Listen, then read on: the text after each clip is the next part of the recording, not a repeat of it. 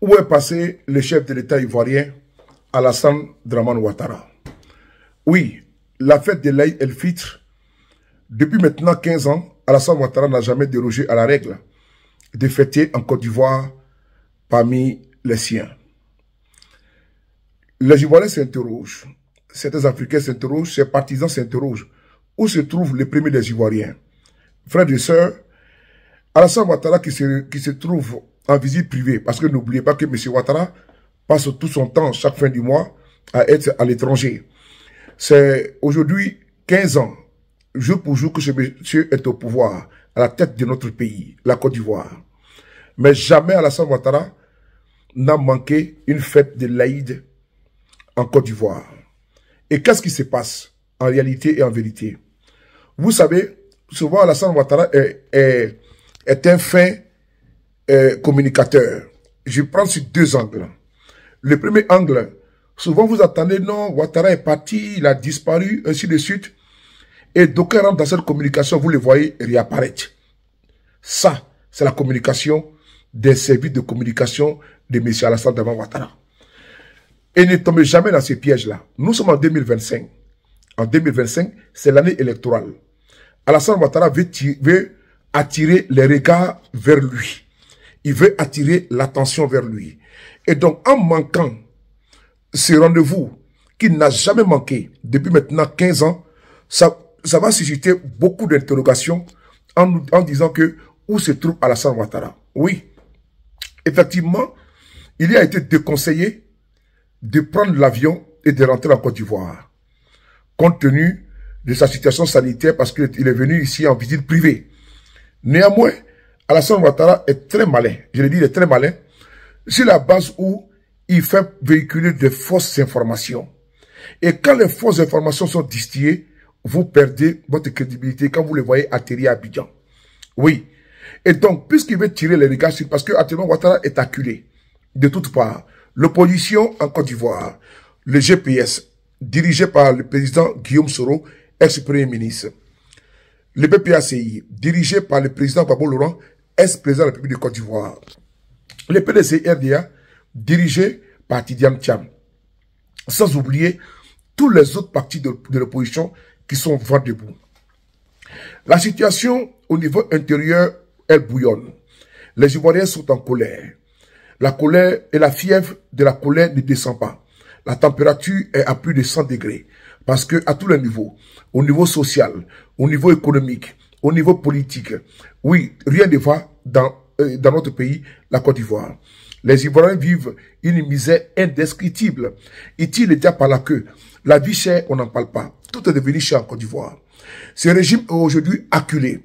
Les Ivoiriens sont aujourd'hui fatigués de 15 ans de clientélisme, de paupérisation, 15 ans de gabegie, 15 ans de corruption, 15 ans de détournement des deniers publics. À ça s'ajoute quoi? L'exclusion de la liste électorale du premier ministre Guillaume Soro et du président Gbagbo Laurent. La tension est de mise. La pression est de mise. La communauté internationale également n'est pas en reste. Elle réclame une élection inclusive, transparente en Côte d'Ivoire. M. Ouattara ne veut pas attendre raison, puisque les partis politiques de l'opposition en Côte d'Ivoire, je parle ici des PPACI, des GPS, sont aujourd'hui confortés par la décision de la Cour africaine des droits de l'homme et des peuples qui demande la réinscription de leurs leaders, en l'occurrence M. Guillaume Soro et le président Gbagbo Laurent. Après avoir dit ça, nous voyons aujourd'hui que même au niveau du contentieux, au niveau de la CEI, on voit qu'il y a beaucoup de doublons. Il y a des milliers de doublons. On voit qu'également, il y a des femmes, il y a plus de 5000 femmes qui ont 500 enfants à 20 enfants. Au bas mot, une femme en Côte d'Ivoire a 20 enfants ou 500 enfants. Et ça, c'est dans la liste électorale de Côte d'Ivoire. Et la colère est partout. Les fonctionnaires sont en colère. Les enseignants sont en colère. Au niveau du privé, la colère ne redescend pas. Sans oublier, les fournisseurs de l'État sont aujourd'hui en colère parce qu'ils ne sont pas payés. La Côte d'Ivoire également est surendettée.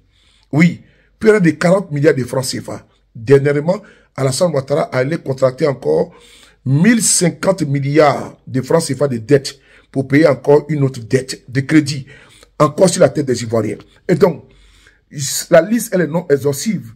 Parce que les Ivoiriens en ont marre de tout ce que M. Ouattara a pu faire subir à ces peuples-là. Donc, qu'est-ce qu'ils demandent? Purement et simplement, le départ de ces régimes-là. Et M. Ouattara, qui est un maître de la communication, parce que le plus grand activiste en Côte d'Ivoire et en Afrique s'appelle Alassane Ouattara, qu'est-ce qu'il fait? Il va se retrancher, faisant véhiculer l'information qu'il n'est pas, comment dirais-je, il est en souffrance, alors qu'il se porte très bien, puisqu'un lionceau. Il a une forme, n'est-ce pas, de lionceau. Et donc, je demande ici à vous tous de rester concentrés sur notre objectif en Côte d'Ivoire. Le départ du régime d'Alassane Ouattara. La révision de la liste électorale.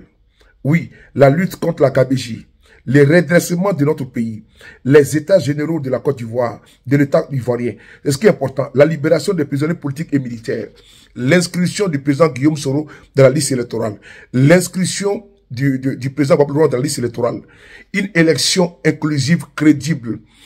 Et également, cette CEI-là, qui est un composant du RDR. Parce que, je l'ai toujours dit, l'attelage RDR, CEI, va amener la Côte d'Ivoire, n'est-ce pas, dans les chaos, dans les précipices.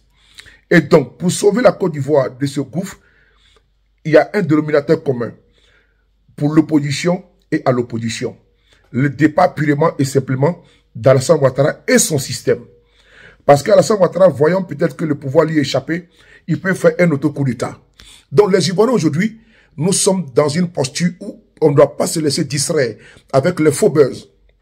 Alassane Ouattara n'est pas rentré pour assister à la fête de l'Aïd el-Fitr. C'est son problème, ça n'engage que lui.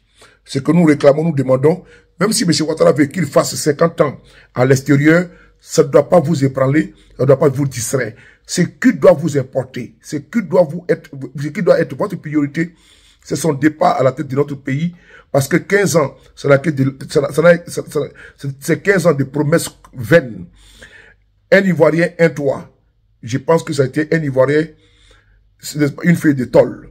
Un Ivoirien, un toit. Ça a été un Ivoirien, maison cassée. Un Ivoirien, un toit. C'est un Ivoirien, magasin cassé. Donc, Alassane Ouattara échoue à tous les niveaux. Donc, ce qu'on doit faire, ce qu'ils vont faire pour enfumer le peuple de Côte d'Ivoire, c'est vous mettre des goudrons biodégradables. Vous faites des échangeurs, et vous donnez des sommes faramineuses. Et vous allez voir en Côte d'Ivoire également, les chaînes publiques ou privées sont tous caporalisées sur la solde du parti État, RADP, RDR. Donc, vous devez vous concentrer sur un seul objectif, le départ d'Alassane Ouattara et sa smala, pour ne pas dire sa bande, à la tête de notre pays, la Côte d'Ivoire.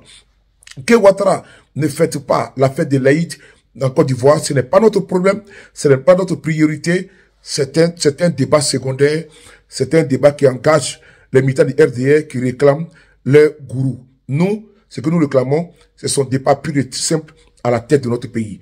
Je vous remercie. Vive la Côte d'Ivoire libre, sans Ouattara et sa bande. Merci.